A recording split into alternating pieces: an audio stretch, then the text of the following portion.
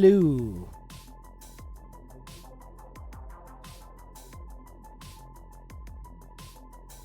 Is anyone there? We're getting this going. Here I am. It's noon sharp, as agreed. I'm here at the agreed upon time every single day.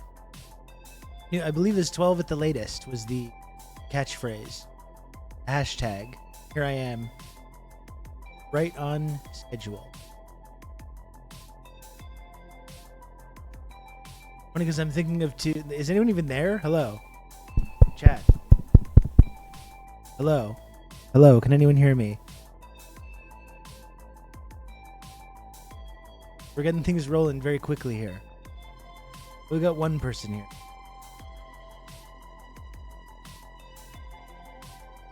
Oh, low volume. Two. I turned that down for the podcast yesterday. We're not at my normal levels there. Okay. It's funny because I'm thinking about two different Lord of the Rings quotes, which is, a wizard is never late, nor is he early, he arrives exactly when he means to. There's that. That's my initial reaction, but there's also the kindly smile and I was delayed. Good afternoon, y'all. I was worried that was Rob's yacht that went down in Italy. Glad you're still with us, Rob. Yeah, again, I'm not in Italy, nor do I own a yacht, but thank you for your concern.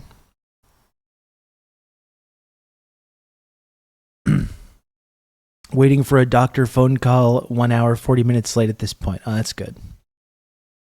It's not like you had anything else to do than just wait around for that, though, so that should be fine. Chris, hello. Good morning. It's morning, as you point out. Exactly. How is everyone doing? I guess we gotta wait till more people filter in, all the throngs of people to come through. Hey Rob, hey chat. I love you all. I'm quite pleased you're late as I was able to make my tea. Okay, well, great.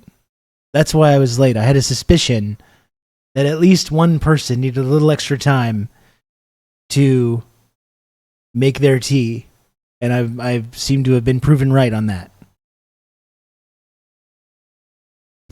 I was like, should I start at the normal time? I mean, that's how I do the show for like a regular length of time, and I make money and all these things, but I was like, no.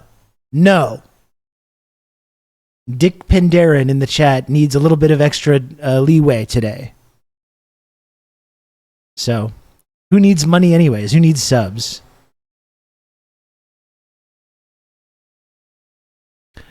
Not me.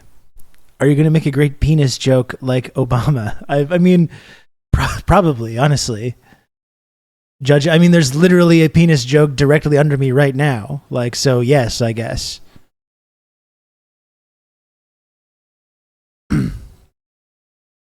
Obama was in rare form last night. He was doing his whole stand-up comedy routine thing. He should have been doing that. He should be doing Fridays and Saturdays at the Comedy Store rather than hanging out with Richard Branson and all these billionaire dipshits. That's what he seems to really want to do, He's making these bad Netflix movies and yachting with all these fucking rich assholes. He should be doing the 12 a.m. set at the Comedy Store. I think that would be really in his element.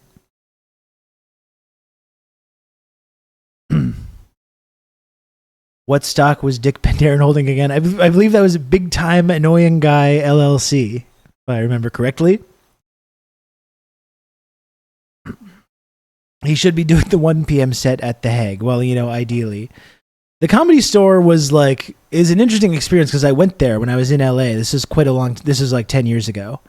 But I went to the Comedy Store, I guess, on a Friday night, and I saw there was a bunch of people there. There was Jeff Garlin was there, and who else? Neil Brennan was there, and a bunch of funny people. But it's quite an interesting experience because Rob did a tight 15 there. That's right. Pauly Shore was not there. No.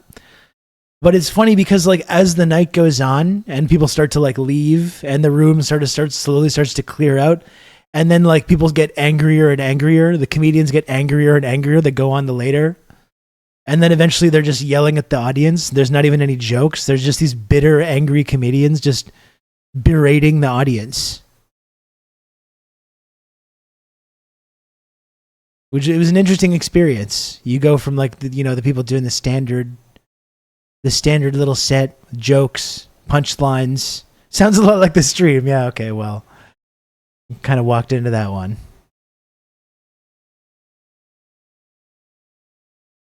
It is similar to Rob Schilling segments. I don't berate you that much, Chad. I don't do that. I'm very nice to you, okay?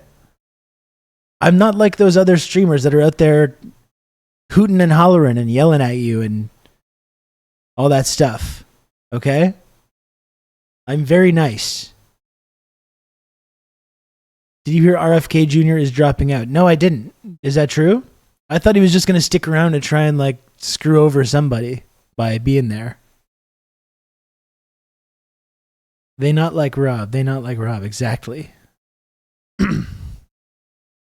That's exactly correct. I know, James. I get it. It's all right. No apology necessary. Thank God I need Rob to talk me through all this. Well, here I am, right on time. Right on time. I took my money out of big time annoying guy shares and bet large on RFK to win. You can win if you fucking vote for him, all right? It's still possible. It's rumored on Twitter he's dropping out and endorsing Trump. Seeing rumors he's going to be accepting a Trump cabinet position. Well, that's going to surely put that ticket right over the top. He probably would have been a better VP pick than J.D. Vance, actually, when you think about it.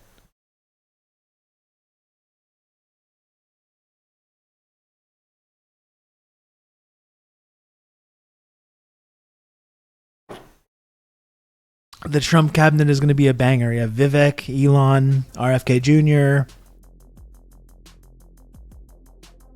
Who knows who else? Going to secure the critical brainworm vote. Implying that people that want to support that ticket in the first place don't already have that locked down. The MyPillow guy for sure.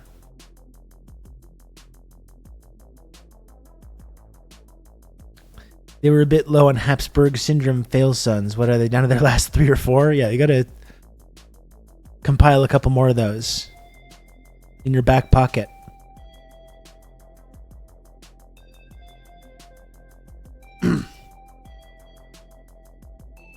Trump endorsed Diet Coke. Well, hey, listen, that was one of the tweets where he was really cooking. He was really cooking on that one. I will, in fact, keep drinking that garbage. He was really speaking to me on that one, on like an emotional level. My new Secretary of Law, Dan Banjianyanyanan. Yeah, absolutely.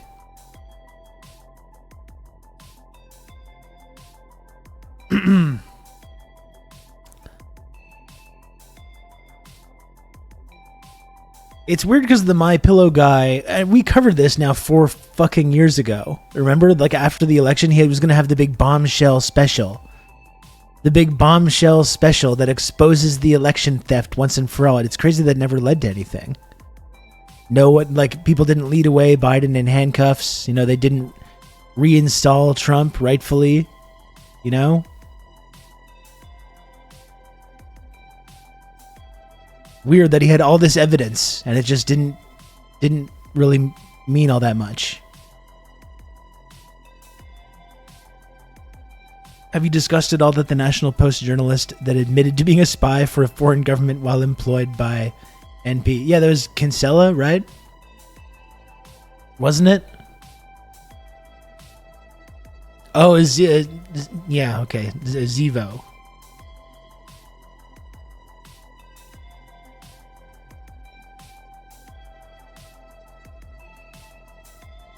Kinsella is just another massive dipshit for unrelated reasons. It's funny too, because when people like Putin like start locking up these Western journalists And it's like, how dare you? But it's like, there is a long track record of these journalists working for intelligence agencies. These aren't just like baseless accusations. I mean, perhaps they are.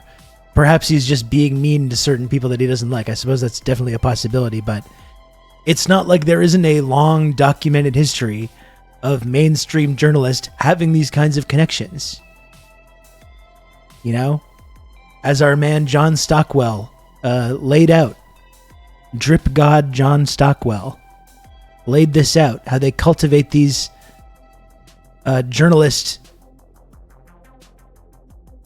You know, they cultivate these journalists and use them, feed them misinformation and use them for a variety of reasons. Yeah, Adam Zivo. Yeah.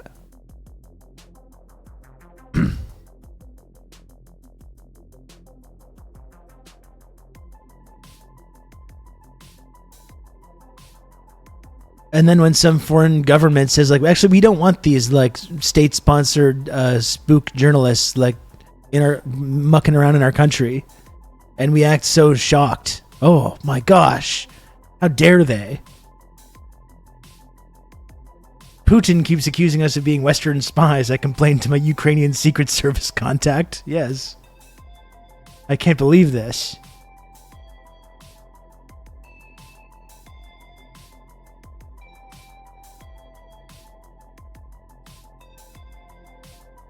The Zivo saga has been wild. And he just casually admits this, too. He just casually admits this one day. It's like, I think the point of being like a intelligence asset is you're not supposed to just like go and talk about it. You know? You're not supposed to go and just like tell people about that on Twitter.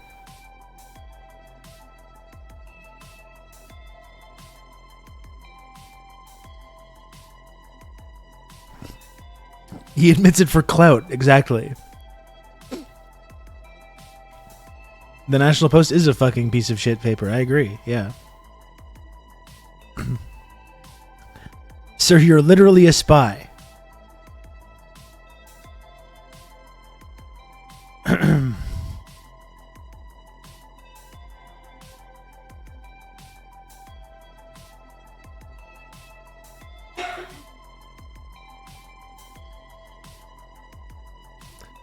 When it comes to Canadian intelligence, well, sir, I would welcome some. Oh, very nice. What's the big deal when I tell people they think it's cool? Yeah, when I'm trying to get laid in a hotel bar, I tell people this all the time, and they think it's great. What's the big deal when I talk about it on Twitter? And it was all to defend that CSIS post warning Canadians to be wary of a stranger that's nice to you because they might be trying to turn you into a spy. I remember when someone was nice to me and turned me into a spy, which I am currently. It's like this. You're not being a very good spy, sir. You're not supposed to be saying this kind of stuff. It's kind of like antithetical to the whole concept of spying in the first place. There's supposed to be a level of subterfuge going on usually.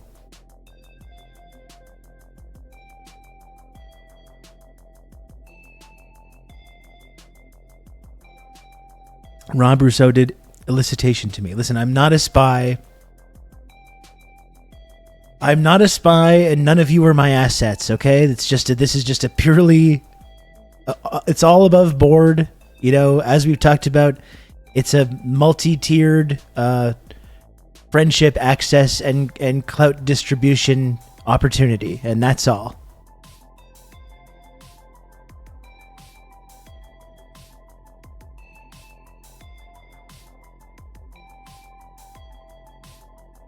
I'm trying to make me eat a tray of mysterious brownies. I had just approached a Chinese guy talking about the Ukraine war, then he tried to give me a suspicious brownie. I don't know if I know the brownie detail of this story. I would probably accept a brownie from someone like that, though.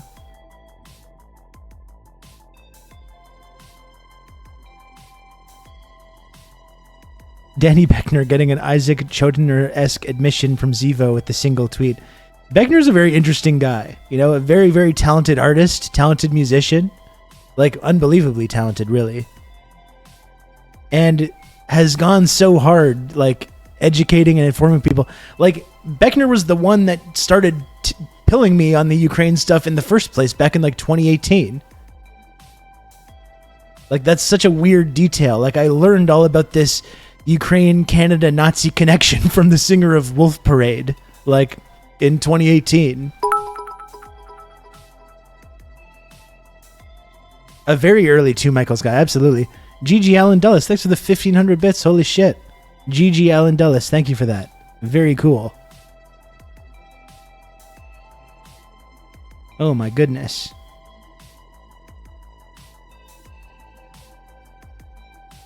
Got a raise, kicking it up to Slug God. Well, thank you, GG Allen Dulles. I appreciate it. And if anyone else wants to support this program, please subscribe. I got a little bit less time to work with today. Probably just about 2 hours, so maybe a little bit of a short stream. If you do want to support the show, though, please do subscribe. Help me make the little number at the bottom of the screen go up. You can also give bits, as GG Allen Dulles just did. You can count on me. You're going to have good old Rob to talk you through all this. The tips as well. Very, very helpful. Dick Pendarren, thanks for the gifted sub.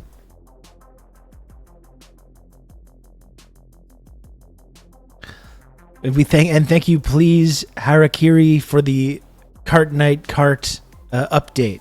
We were all... I know I was tossing and turning last night, not having the details of that story. And I know chat was probably very curious about how that turned out as well. So very happy to hear that that was resolved. I love that for you. He claimed that the Chinese guy brought him brownies that they have on the menu at the restaurant, but it was trick brownies because a waiter didn't bring them. A classic Chinese spy poison ploy. That sounds like something that happened, I think. I think it's safe to say that that happened.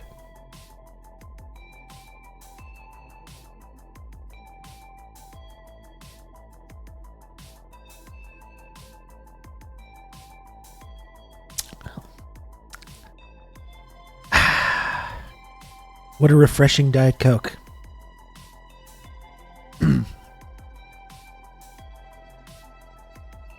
Very refreshing. I just had a nice breakfast. I had a very nice breakfast just now. I've never owned shares. Can you just own them? How do you share them? Obviously, you find someone that has them and they share them with you. You didn't know this? I'm actually a financial expert, and I can be the first person to tell you that that's how it works.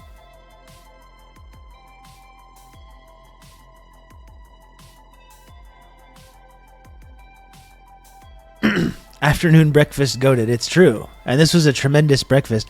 I always want to talk about where I get it from, but I'm leery about doxing my neighborhood because I don't know if any of you weird freaks are going to be coming here. You know? I love my neighborhood. I like talking about all the different places around here, but I don't want to have some weirdo like Dick Pendarren come in here and bothering me. A little boutique place called McDonald's. I downloaded TikTok again and my brain's been rotting even worse. Well, you combine that with the Cart Night Carts and you're really killing some brain cells then.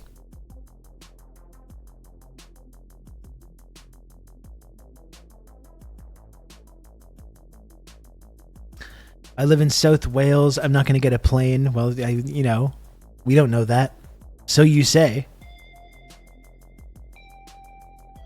So you say.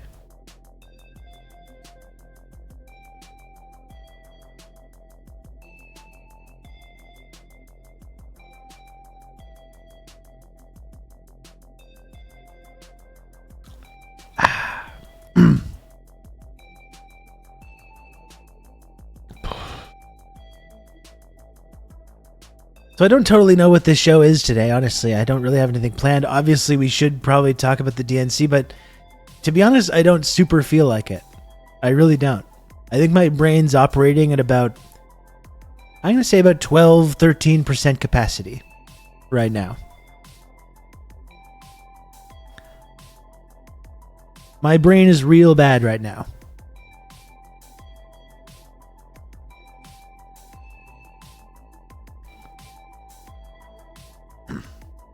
Too much psychic DNC damage. Absolutely. I was watching it last night. I watched Obama's speech, or most of it. I kind of got sidetracked halfway through and stopped watching it, frankly, but... Too much goonin'. Listen, you live by the goon and die by the goon, alright?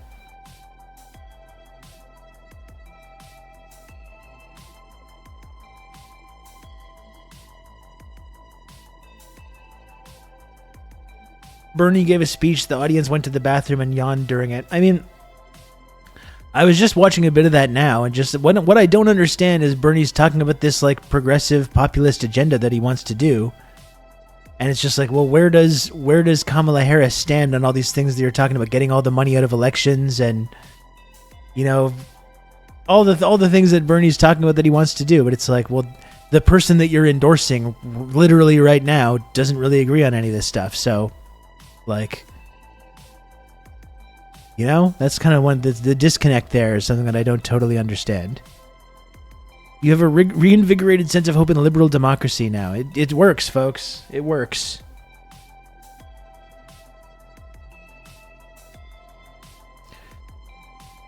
We're back. We're so back. This time they're going to do all the good stuff, okay? This time they're going to do the good things. It's the most important election of your lives. You just need to vote a little bit harder. And this time, they're going to have enough seats, they're going to have enough power, enough will, and they're going to do all the good stuff that people have been talking about. That's a Rob Rousseau guarantee. That's right. This is the time. This is the time, folks. You're going to vote them in, and they're finally going to do all the stuff that they've been talking about for so long.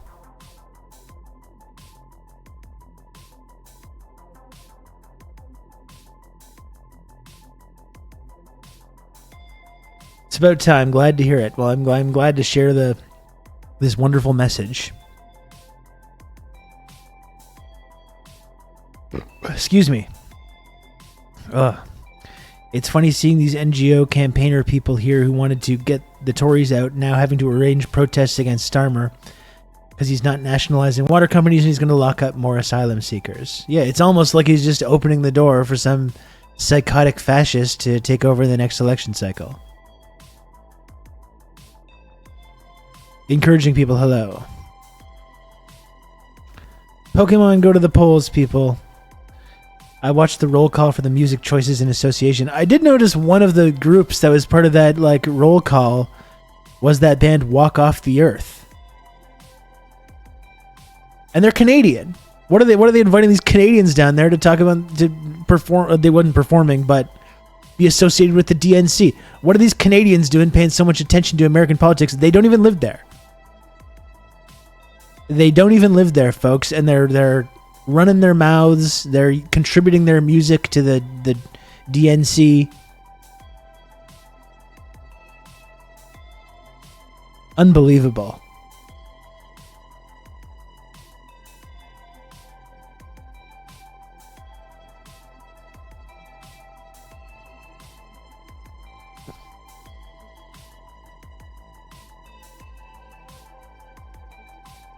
Ugh.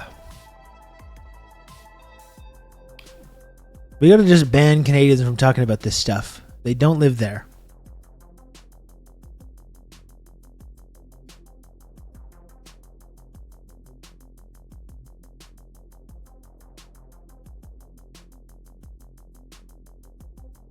Can you imagine like being an American like me and you, and actually like watching a Canadian guy like talk about American politics and like taking that seriously? Can you imagine how fucking stupid you would have to be to do that?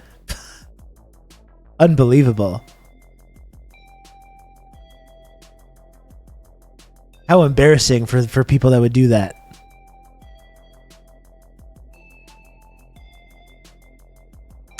Did you see that the American Communist Party is ready to annex Canada? Well, fucking just someone's got to do it eventually. Someone's got to do it eventually. Why not them? You know?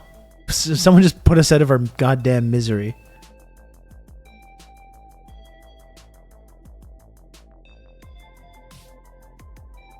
Hello, Lizard. What's up?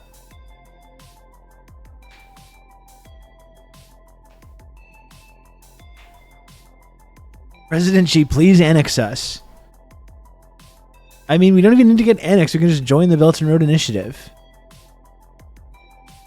I want to get from Toronto to Montreal in like 2.5 hours. Why can't we have that? Why can't we have a line, a rail line stretching from Quebec City to Windsor, Ontario? That's like 45% of the population of this country live right along that one line. Why can't we have that?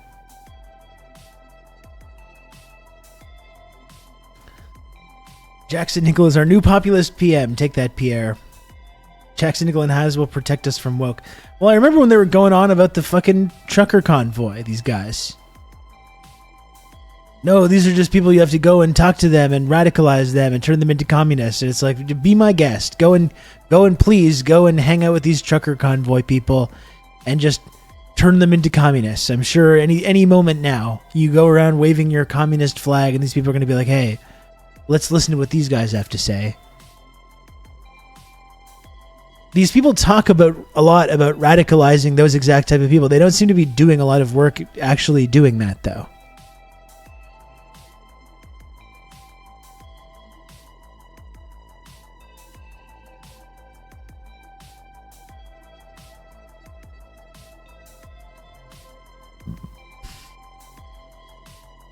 Sometimes you just need a Canadian living outside of the USA to look at our political system from the outside in order to get a fresh perspective on whether or not The Last Jedi is a good movie, which it, of course, is not.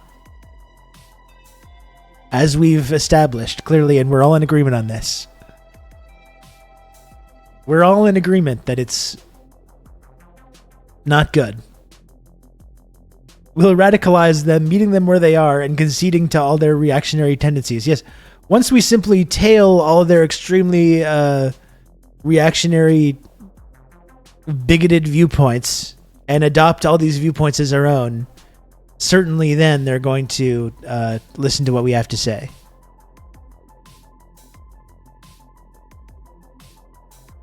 This is how we win. This is how we gain their trust. We start doing slurs. We're going to start doing all kinds of different slurs, and then these people are going to trust us. And they're going to help us form a vanguard.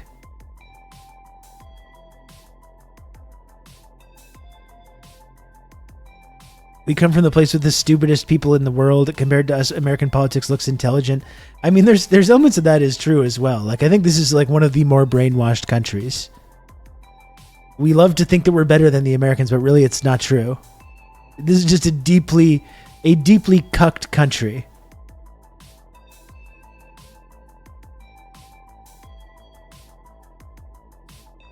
It's like our ruling class is just like, let's try some beer commercials and Tim Hortons commercials to like invent this culture in the 90s.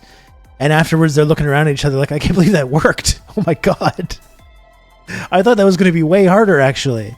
I thought it was going to be way harder to create this totally fake national identity that people adopt. It's like, it took like five commercials. And they were like, okay, I agree with this. And the ruling class people were just like, God damn. Okay.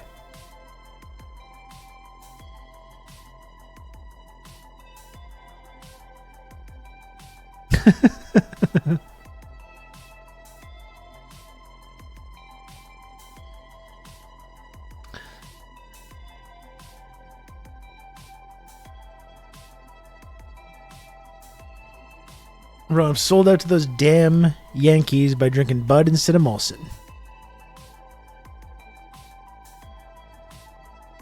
YTF are MFs from Vancouver claiming Putin. I know, even Toronto as well. Toronto needs to be called out for this, frankly. Toronto is way too... They think they're a Putin city as well now. And it's like, no. Let's be serious, folks. Let's be serious here.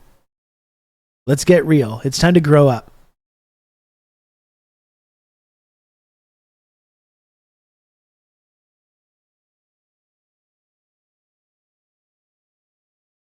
Ils sont pas comme nous. Ils sont pas comme nous.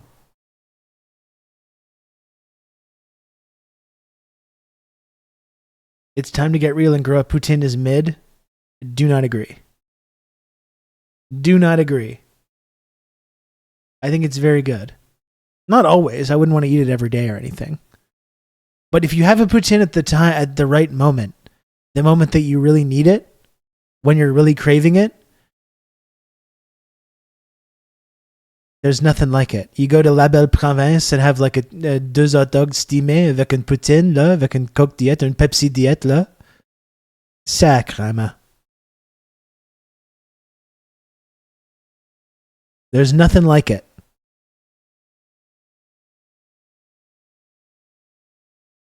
There's just nothing like it at all. Thank you, Blue Old. I'm here. Thanks for the suggestion, comrades. Who brought you here, Marks and Recreation? Thanks for joining. We got a couple first-time chatters today. That's exciting. I love that. T'es woke, toi. C'est ça. Cheese and gravy. It's not just cheese and gravy, though, Dick Penderin. It's cheese curds. That's the big... Some people just don't understand this. It's cheese curds. That's a poutine. A couple people from Ugopnik chat. Oh, that's good. I love Ugopnik. What a wonderful guy.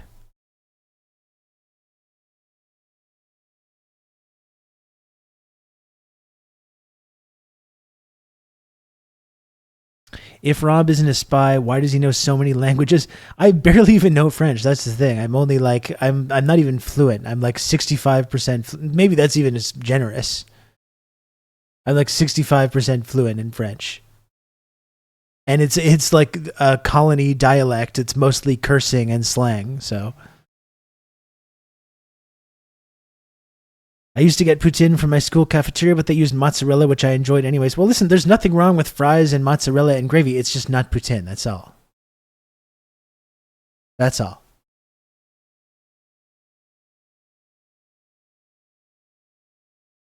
Isn't that called disco fries somewhere? Isn't that like a Northeast thing? Disco fries? I don't know.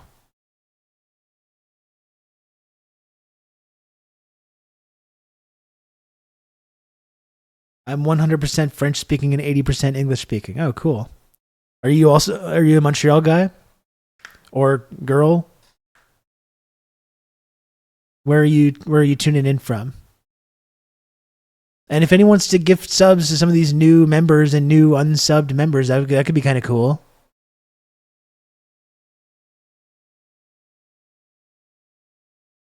Rob can order food like a true communard Frenchie. That's right.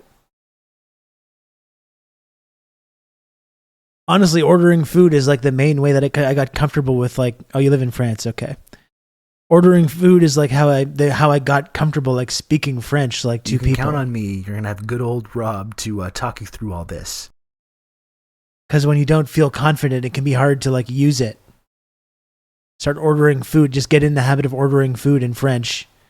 It helps build your confidence. You can order food and curse. You're like 40% of the way there. Does the Canadian French accent sound all backwards and goofy to the actual French? Yeah, Comrade Sky. I mean, I posted that video a couple days ago of these Quebecois guys, this son that just like tortures his poor dad. And there's all kinds of French people in the comments being like, I don't understand a word they're saying.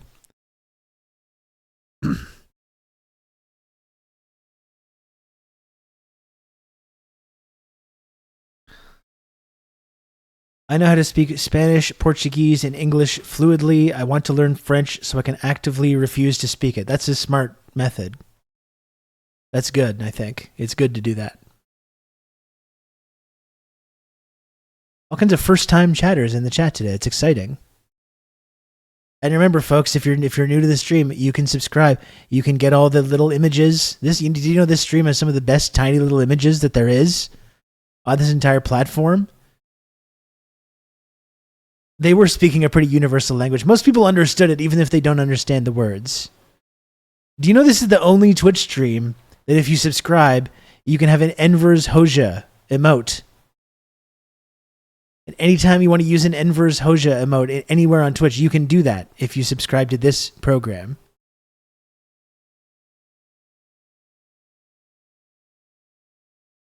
Albanian posting. We're bunker posting.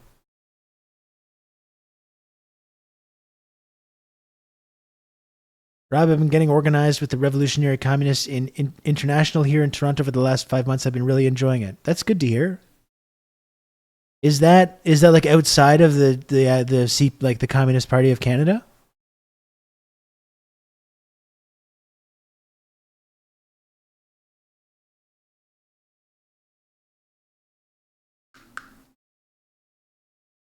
It does come in handy more than you would think.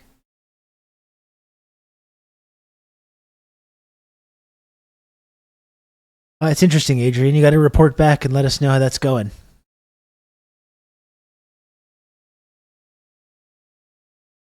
You can count on me. You're going to have good old Rob to talk you through all this. Kijiji, thanks for gifting a sub to Adrian Jonathan. Thank you for that. Are you in a streaming bunker? I mean, kind of.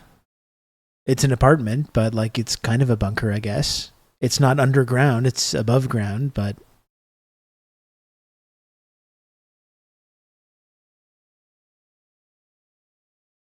anytime Albania comes up in the GeoGuessr streams I watch, I'm ready to bunker up in chat. I love it. See, and you can only get that by subscribing to this program. You can count on me. You're going to have good old Rob to talk you through all this. Risk Inverse, I really appreciate the support. Thanks for 2 gifted subs. I really, really appreciate it. Thank you.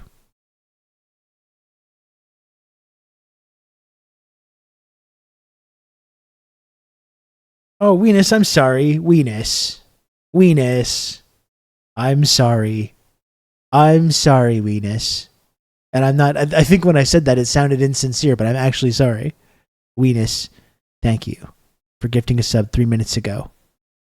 To time for some whiz biz. My sweet, sweet Weenus. Thank you for that. And thank you for reminding me as well. The first time I saw you was on the East is a Podcast. Oh, cool. I love doing that one.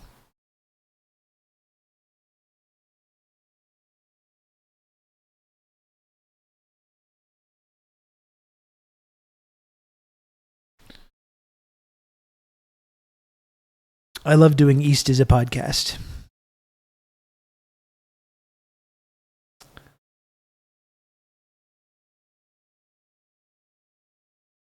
Say Weenus, but replace the W with a P. Thank me later. I don't know about this. I don't know. I think you're trying to trick me. I think you're trying to trick me into something here. And it won't work. I'm too smart for that. You can count on me. You're going to have good old Rob to talk you through all this. Thank you, Weenus, for another gifted sub. I'm thankful for tanky group therapy. Yeah, I haven't done one for a while. I should try and get on the next one. I've been busy and I've had all kinds of stuff going on. What are we doing today? I'm not sure. So, socialist sympathetic. I'm actually not sure.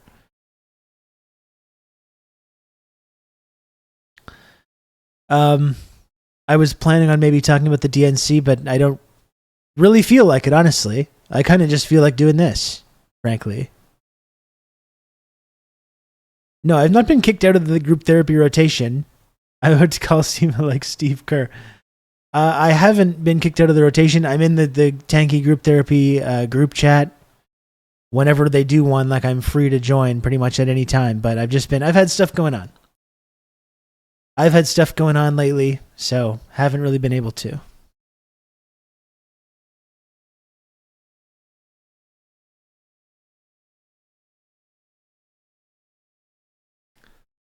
What is tanky group therapy? It's a kind of like podcast that we do sometimes. Some of my tanky colleagues, when we need to talk ourselves through something.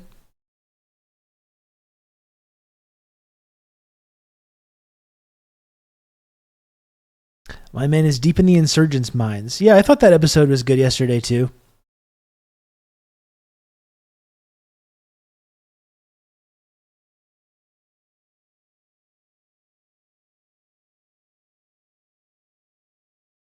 Ugh. We get a bunch of tanks in the room and oil up and lubricate all the joints and parts. That's right. That's what it is. It's very nice, and Nora is always a star. I mean, just being able to work a little bit with Nora is a real thrill for me, because considering like how much great work she does. Venus, did I forget to say thank you again? Did I forget to say thank you again? I might have. I can't remember anymore. Thank you, Venus.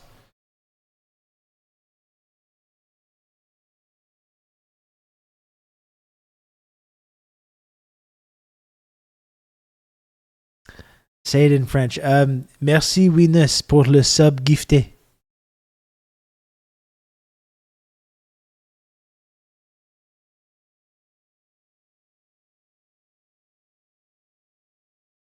C'est tellement cool quand tu me giftais les subs comme ça.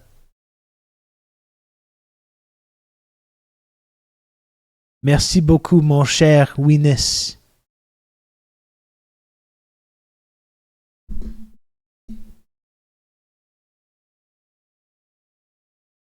Merci pas.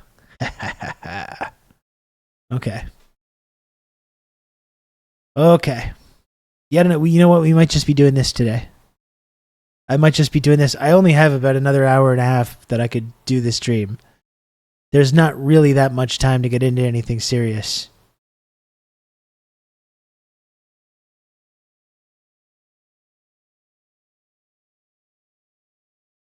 Rob, what are your thoughts on nitrous? I don't have a ton of thoughts, but if I support people just having a good time.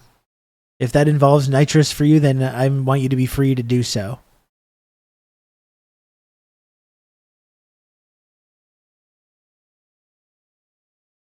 Serious question, was the T-1000 just a tanky 1000? I don't know, because he was a cop, though. He was an LAPD cop.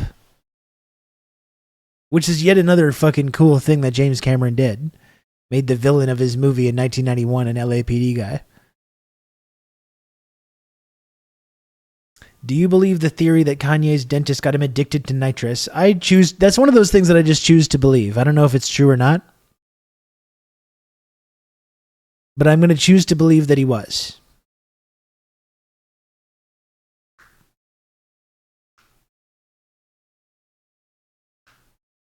Is that what Kanye's up to these days? I stopped paying attention a few years ago. I don't blame you for jumping off the train.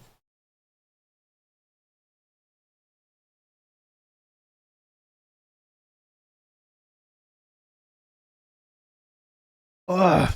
Excuse me.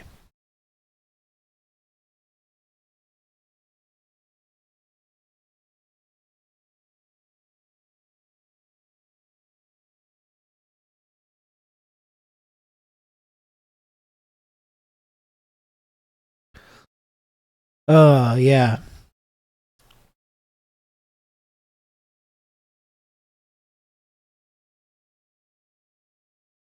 Is nitrous even something that you can be addicted to? I think he's addicted to some other aspect of it. Maybe. I feel like you could be addicted to a lot of things. So the election, am I right? I'm tired. I'm tired of talking about the Democrats and what the Democrats are doing and what the Republicans are doing. I know I kind of voluntarily signed up for this life where I talk about this stuff all the time. But I'm fucking tired of it, frankly, sometimes.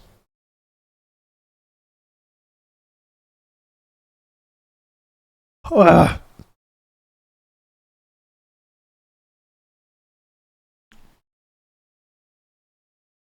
I'm tired of the DNC already.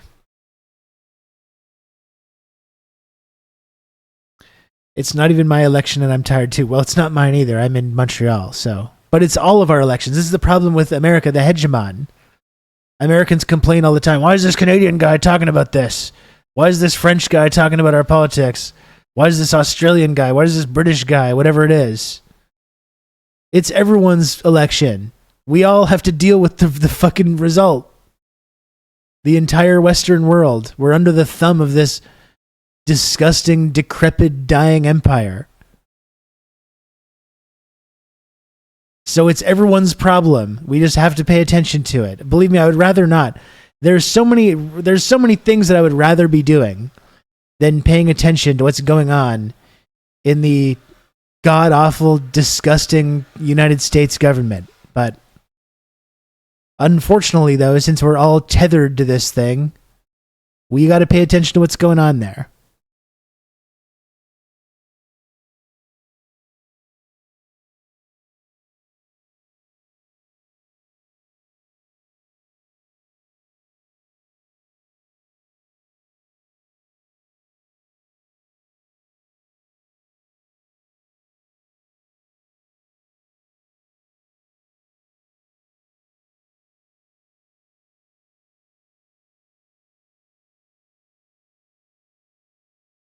Joke.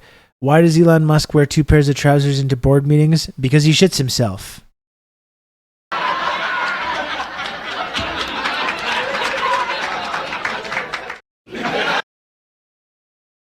Good.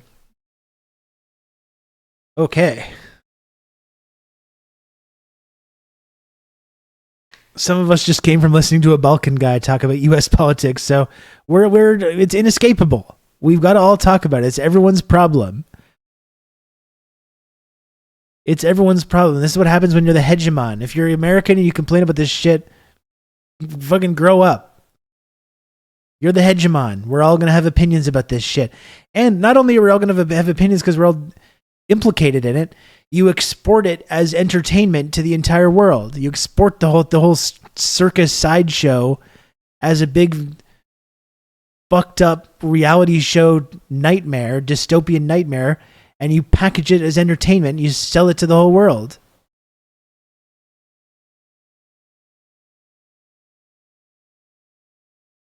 And then people are surprised. People are so surprised that people are paying attention.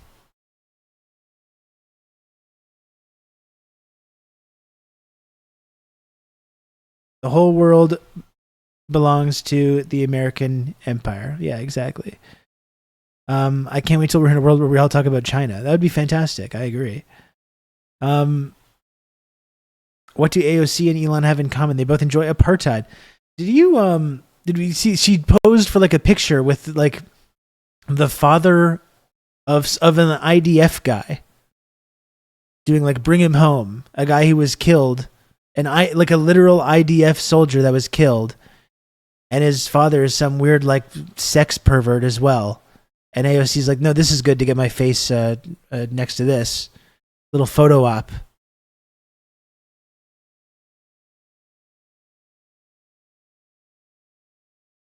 Little photo op. This is going to be great. He can't come home as dead. Well, I guess that's the whole thing, is that they have his remains and they want to release his remains. A whole lot of Yankee ships are in the Middle East right now. Hard to see how this status quo lasts forever. The more weapons everyone points at each other, the more risk something pops off. Think of that random shootout between the Egyptian and Israeli border guards. Yeah, I mean, they're all waiting for the Iranian response. And I guess that's part of Iran's strategy, is just like keeping everyone on their toes like this.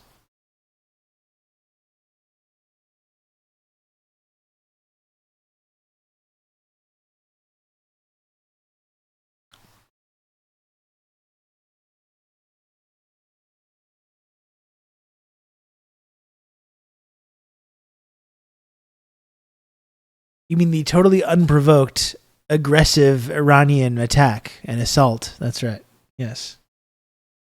Sorry for not clarifying that. Did Hamas pick up his body? Should that be an IDF thing? I don't know exactly the whole story, but like, I just don't think if you're supposed to be like a progressive politician, you should be posing with any kind of people that are making this kind of like stance.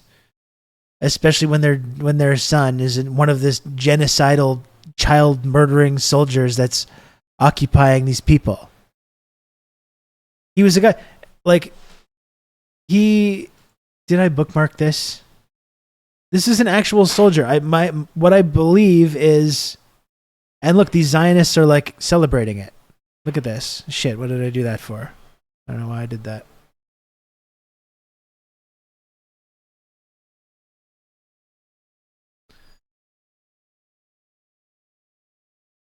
These Zionists are totally celebrating it.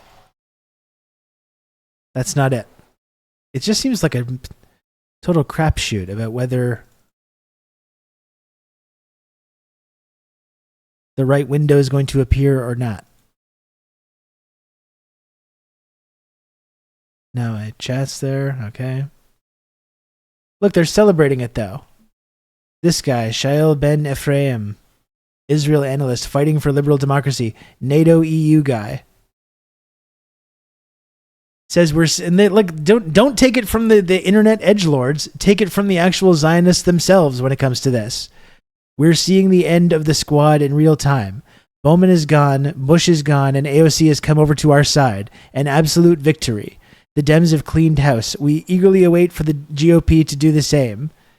You know what I mean? Like, we don't need to trust the word of internet edgelords about this, or Jimmy Dore or whoever. You got the Zionists saying it themselves. We've won. She's on our side now. This guy bring him home now. This man was an actual soldier. This man was a soldier at one of these IDF checkpoints outside of the Gaza concentration camp. He's not this innocent victim. He's literally a soldier on duty, manning one of these outposts outside Gaza, literally enforcing apartheid and attacking these, like, whether you want to admit it or not, or whether it makes you uncomfortable or not, attacking these facilities is not only morally acceptable, but legally acceptable as well. Under international law, people that are occupied, like the Palestinians are, have every right to engage in armed struggle and attack these military checkpoints, which is exactly what that was. That's exactly what happened. Now, was that all that happened on that day? Well, I don't know, but that was the initial part of it anyways.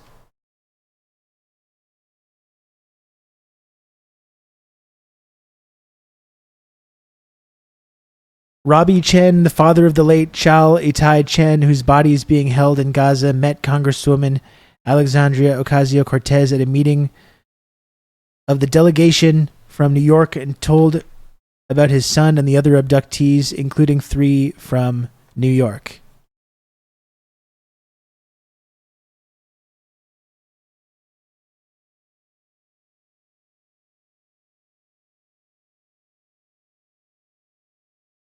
U.S.-Israeli, so he's a U.S.-Israeli citizen.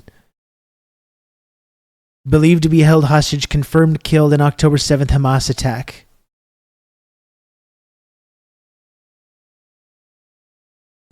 Officials confirmed Tuesday that Itai Chen, a 19-year-old dual U.S.-Israeli citizen, believed to have been taken hostage by Hamas in its October 7th, 2023 incursion, was killed during those attacks. Chen's family said in a statement they were informed by the Israeli military on Monday night. He served as a soldier in the Israeli Defense Forces. Like, what's the problem? What's the problem? You sign up to be a soldier in what's supposed to be a war. We were always told it's this war. Well, when you sign up to be a soldier in a war, sometimes, you know what? Bad things happen to you. You're not this innocent victim. That's always been the fucked up thing about how we talk about this, right? Like, you got the Israeli soldiers are the innocent victims, and Palestinian little babies are Hamas and deserve to all be killed. That's how we talk about this. It's so psychotic. It is so psychotic the way we invert this asymmetry in how we talk about this.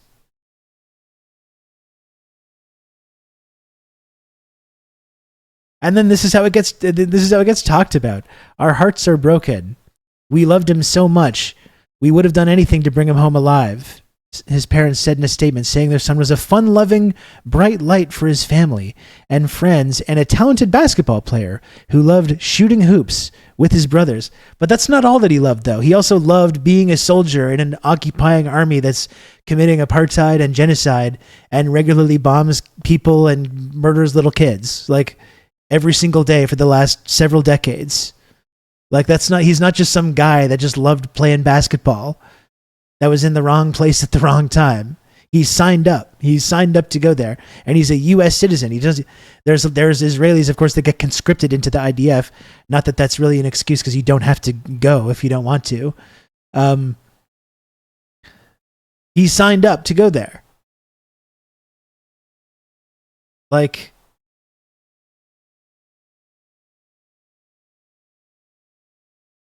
and this is who AOC is meeting with.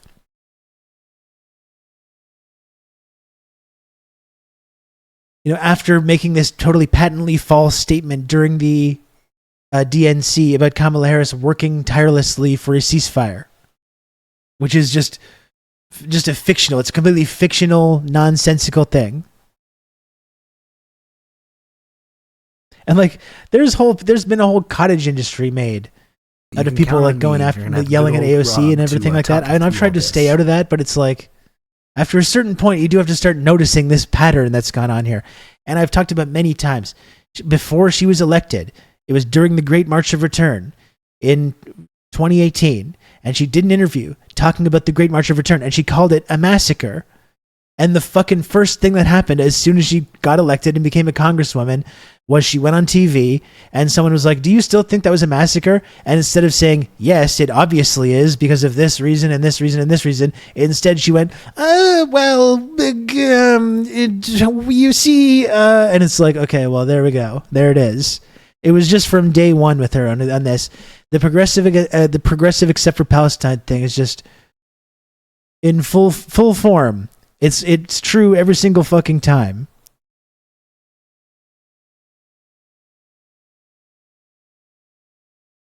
Literally could have just lived a normal life in any American city, but he just had to go die for Israel. Yeah.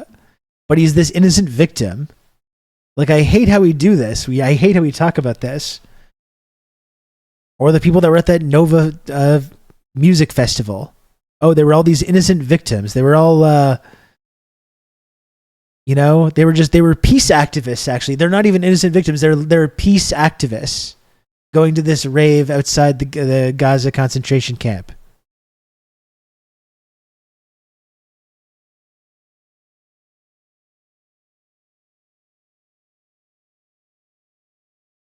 Holy shit, this is new. Oh my goodness. This is a little bit spicy. Okay, we're doing a little bit of a real segment here. We're not just chatting. Now I'm getting fired up.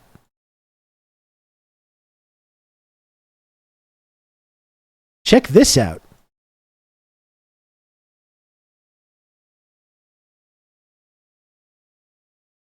This is very interesting.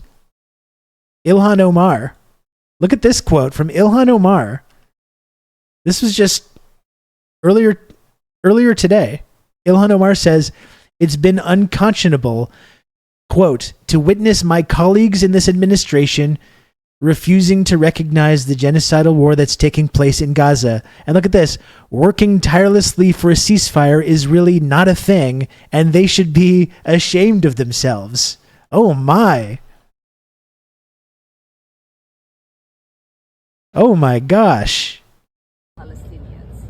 It's been unconscionable for me in the last 10 months to witness my colleagues in this administration refusing to recognize the genocidal war that is taking place in Gaza, to not see the mothers who have lost countless children, the babies whose dead bodies are being dug out, to not understand that working tirelessly for a ceasefire is really not a thing, and they should be ashamed of themselves. Oh my goodness. Such Palestinians.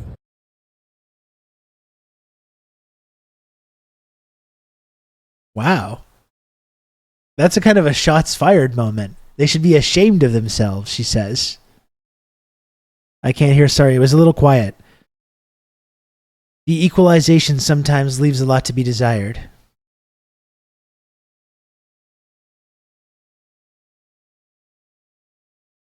Her quote when she was at Columbia was so funny. All students should feel safe on campus whether they support genocide or not. Always loved the AOC type line of working tirelessly towards a ceasefire. It completely disregards any U.S. responsibility. I mean, you, Brandon, like, you can't talk about this if you're part of this like system and you're connected to this party. You can't talk about like working for trying to get this deal done when they're arming and funding the genocide to begin with. Like, this just, it does not make sense. It does not make sense at all to just completely ignore America's role in creating this exact situation. Oh, we're trying to get a deal done. We're really trying to get a deal done. And promoting this total fiction that the United States is this like neutral arbiter in this. By the way, Weenus, thank you for the gifted sub 4 minutes ago. I'm sorry. Weenus, thank you for yet another gifted sub. Good Lord. It's so funny that she won her primary and then said this. That is funny. That's a quite a spicy comment. Like that was a quote. She quoted AOC in that statement.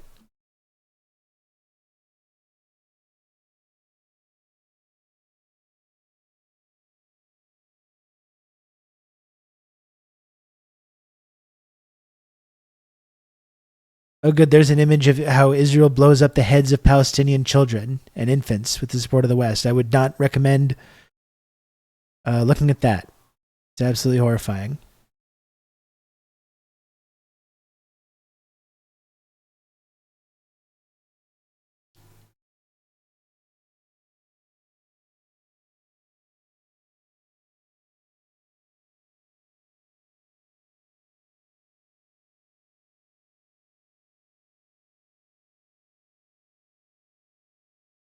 And of course, this squirrel is all over this. I do think her and Talib are getting really over some of the triangulation within the party type bullshit, especially compared to AOC. It seems like it, yeah.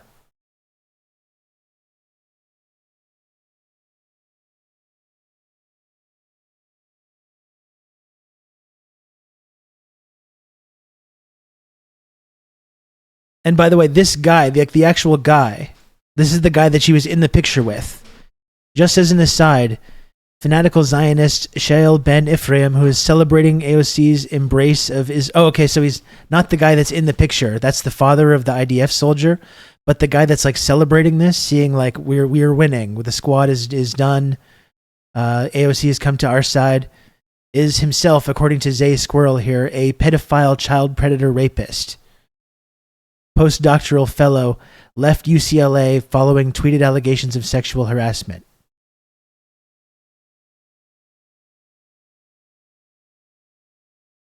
Starting in early June, several Twitter users accused Shael Ben Ephraim, a postdoctoral fellow at the UCLA Yunus and Noraya Nazarian Center for Israel Studies, of sexual harassment, stating that he sent private messages harassing them, invited underage people for drinks, and sent minors unsolicited, inappropriate photos. Why is it always like this almost every single time? Does AOC not vet any of the Zionists she spends time with before sharing publicly? It's not even just the Zionists, though. She's met with like right reactionary groups from like Central and South America. Like there's not a group of right wing psychos that support U.S. imperialism that she won't gladly do a photo op with.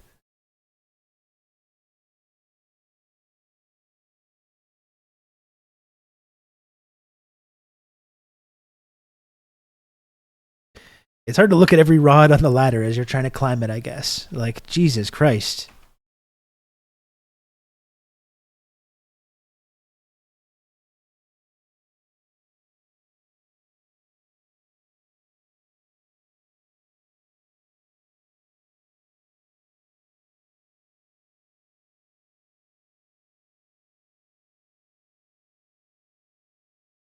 And look, actually, I have some rare footage of her speech at the DNC here. Have you seen this?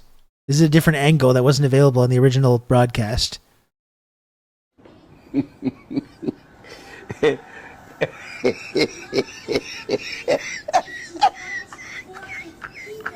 See that? This is what supporting Israel does to you.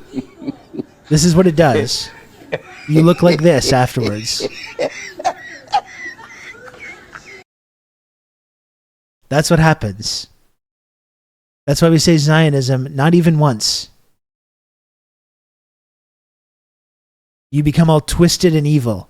Chad, is this real? It is, yes. It's real. That's a real image.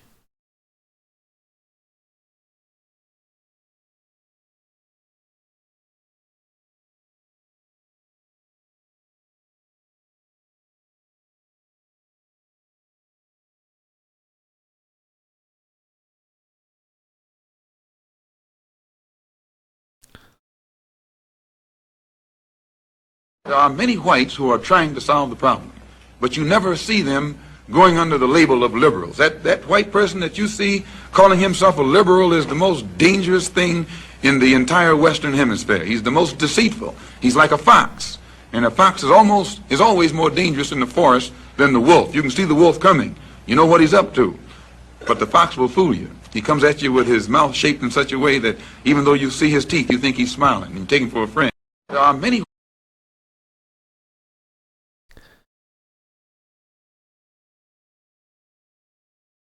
That guy said some pretty smart stuff. It's not a surprise that that couldn't be tolerated. His continued existence couldn't be tolerated.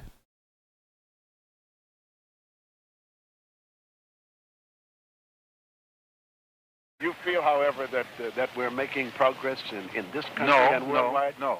I will never say that progress is being made. If you stick a knife in my back 9 inches and pull it out 6 inches, there's no progress. You pull it all the way out, that's not progress. The progress is healing the wound that the blow made. They won't even admit the knife is there. His face there is great. He's like, I'm absolutely cooking with this one. And he was. He absolutely was. He was cooking pretty often here.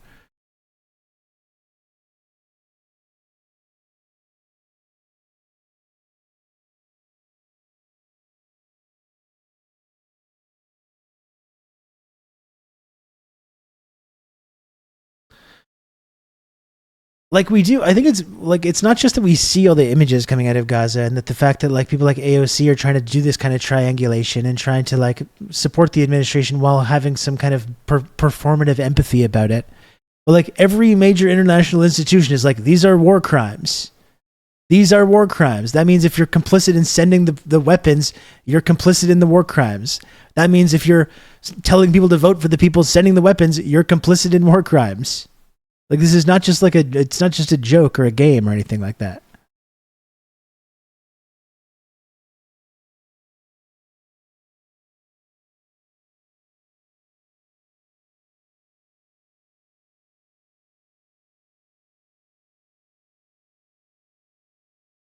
I wonder if there's like some kind of old. I'm trying to find something we can watch here.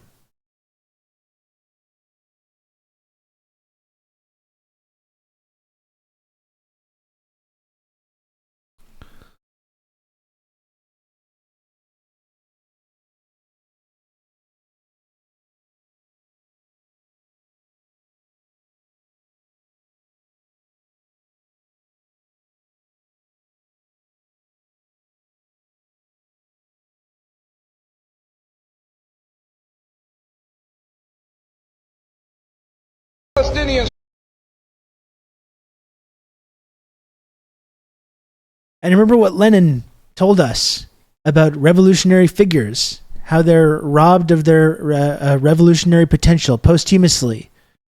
And we sometimes remember these figures as just being these kind of harmless, progressive icons. I think Malcolm X is one of the central people that applies to. That's one of the reasons when you read the beginning of State and Revolution, you might be confused about when it was written, because you might think it's about Malcolm X, or you might think it's about MLK, or any of these modern figures.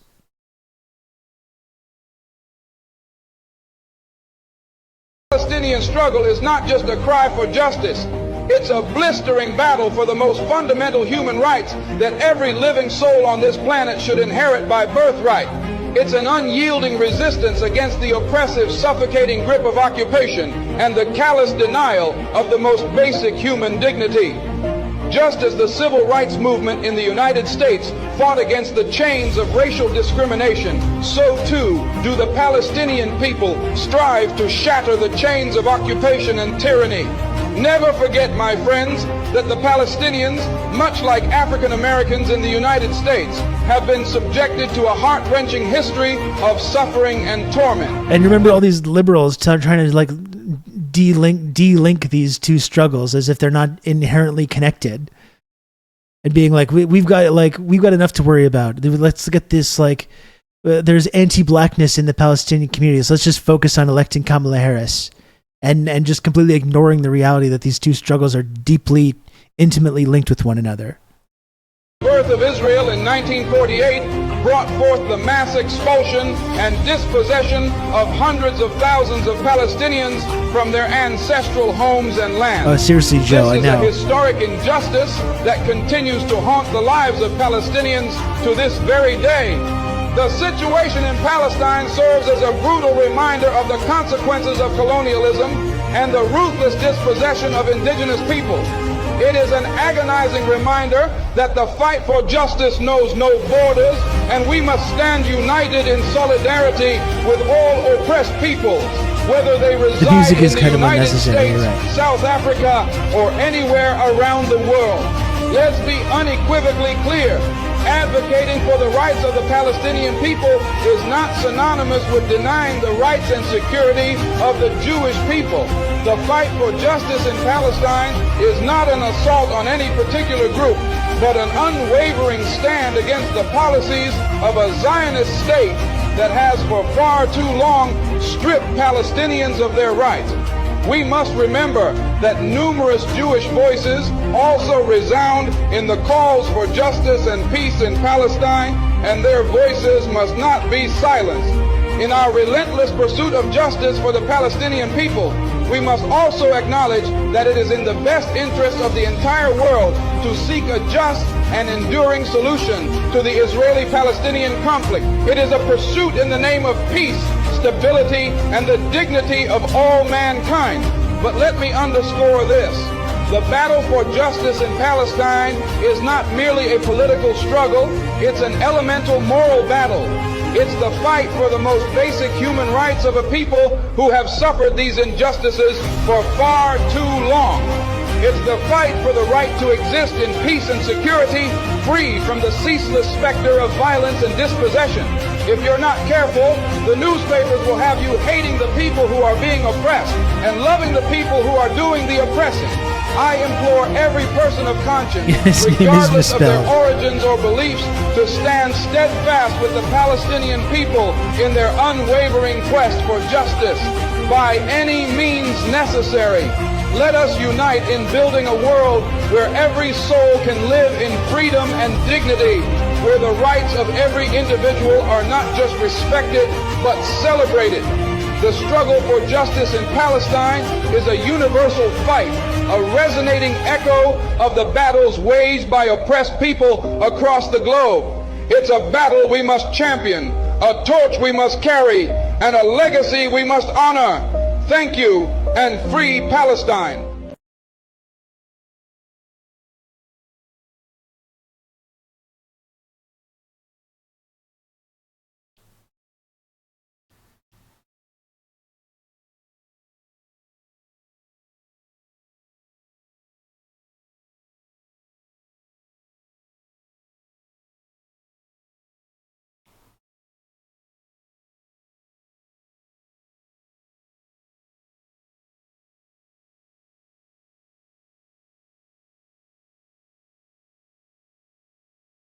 I always like this quote about the Mau Mau uprising as well,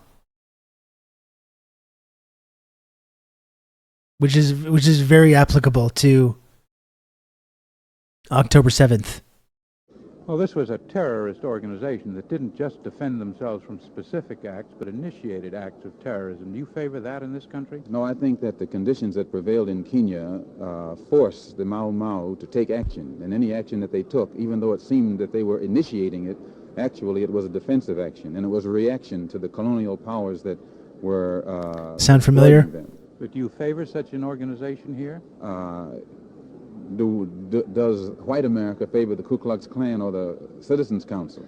And as long as the government, police bodies, do nothing about the existence of white terror groups that are terrorizing blacks, then it's time for blacks to do whatever is necessary to put these white terror groups in their place. And I feel that a Mau Mau could wipe out the Klan in the north, south, east, and west, and wherever it exists.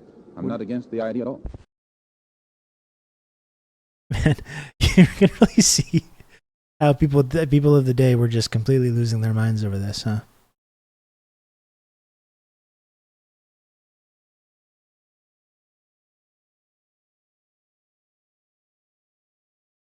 But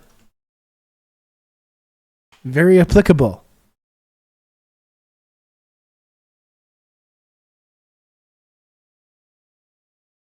same liberals he's talking about also whitewash Dr. King and call Malcolm X a terrorist. For sure. I mean, they whitewash MLK, and they completely ignore the turn towards an anti-imperialist worldview that King was adopting, like especially around his speeches around Vietnam. And linking the struggle of the Vietnamese against Western imperialism with the struggle for, marginalized groups like African Americans in America struggling against their oppressors there.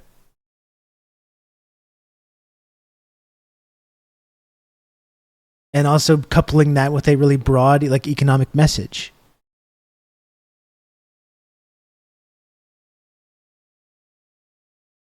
Anyway, I mean, just going back to, that's what the AOC picture is what got us started talking about all that shit, and it's just like, man.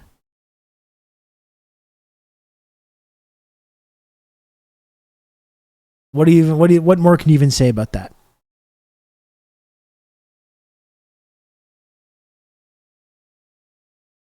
Remember, folks, by the way, a little call to action here. If you'd like to support this program and you enjoy this kind of content,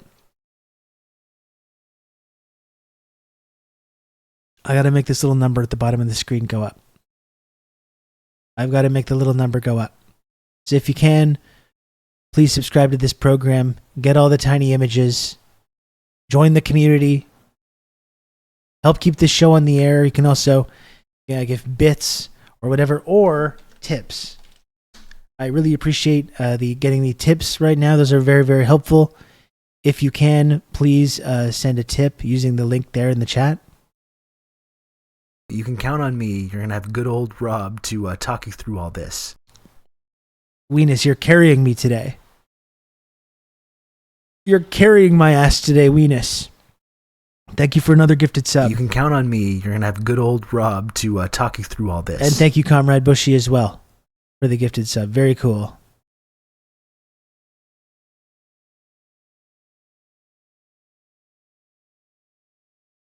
Do you have any other takers? I have a little bit less time today. You can count on me. You're going to have good old Rob to talk you through all this. Brandon, thanks for a gifted sub. I really appreciate that. Thank you for that.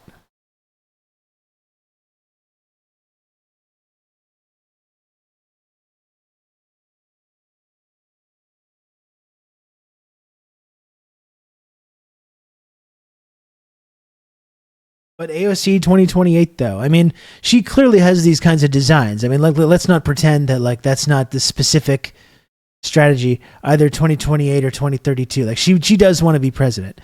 I think she'd probably run for Senate first, right? We talked a little bit about this on the podcast, but she absolutely does want to run for president. Rob to talk you through all this. But like I pointed out on the show yesterday, and I really truly believe this, Pete Cicada, thanks for the gifted sub as well. We go back to 1968 and the DNC then, and the big protest then, the Vietnam War protests. And obviously there's things that are very different about Vietnam and Gaza right now. Vietnam, of course, there's a draft going on. You got tens of thousands of American kids being killed in Vietnam.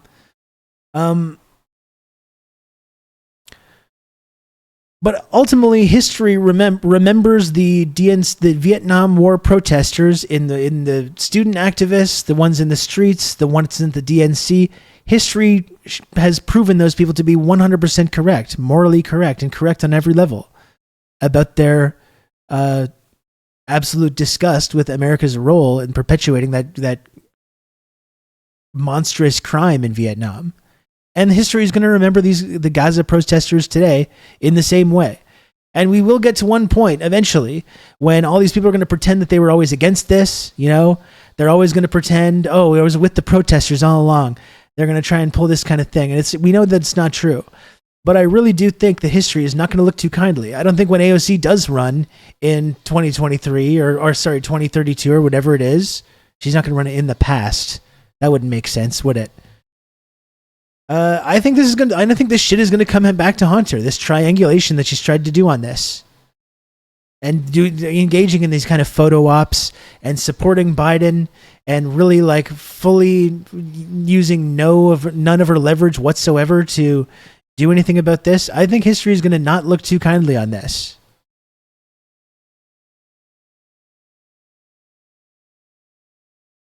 AOC Hassan. And Hassan is still on. Listen, I love the guy, all right? Hassan, he's a guy that he helped me get my start. You know, I've talked to him a number of times on podcasts and different things. I do appreciate the work that he does on a lot of levels. But he still refuses to kind of give up this connection, though. You know, he still has her coming on the show. I think he's got to cut her loose because he does a lot of really good advocacy about Gaza. He does. TRRS Momo, TRRS Momo, TRRS Momo. He does a lot of really good advocacy about Gaza, raising money, all this stuff. He's got to cut loose this connection, though, you know? Because ultimately then it reflects poorly on him, I think, when she's still insisting that she's some like ally, and she keeps proving time and time again that she cares way more about her own career than standing up for any kind of principle, especially when it comes to foreign policy, imperialism, Israel. Sunny Sola, thanks for the 26 months tier 2. Thank you.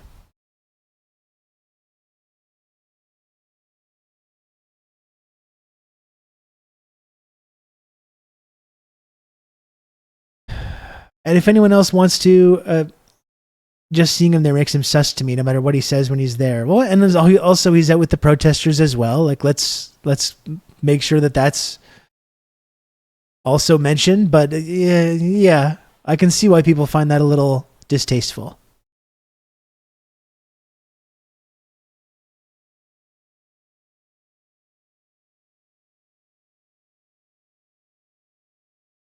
So, folks, we do have a little hype train going. I'm 23 subs away from the goal. Should be no problem to get there.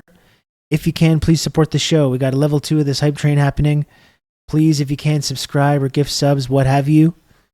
Very, very helpful. I take very unpopular stances that alienate audiences, which lead to less money for me. So, if that's something that you appreciate, well, you can support the work that I do on here by subscribing, and I can continue to take these deeply unpopular stances and alienate myself from these people that would expand my audience. Sunny Sola, thanks for another gifted sub. That's very cool.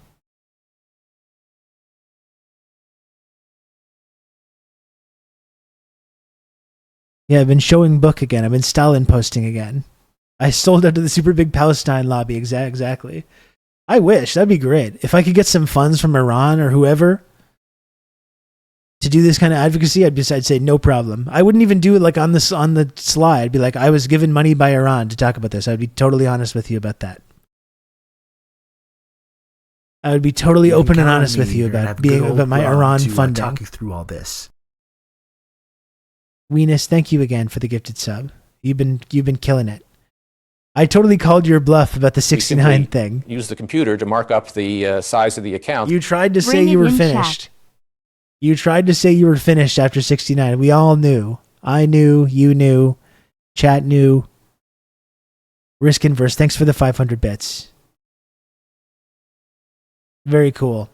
We're now in level 3 of this hype train. 21 subs to go. I'm not saying he isn't bringing people left. He is, obviously, but he's not going to take a hard line leftist stance on U.S. politics. But he does sometimes. Good old Rob, like I don't want to give. I don't want to through all this. Like I want to give him credit for a lot of the stuff that he does do, which I think is genuinely good. You know, I'm not trying to be a dick or do. I'm not going to be one of these like Destiny you can count guys. On me. You're going to have good old who's just Rob like fixated to, on him like through this. All this. I think he does a lot of really good advocacy for the platform that he has, especially.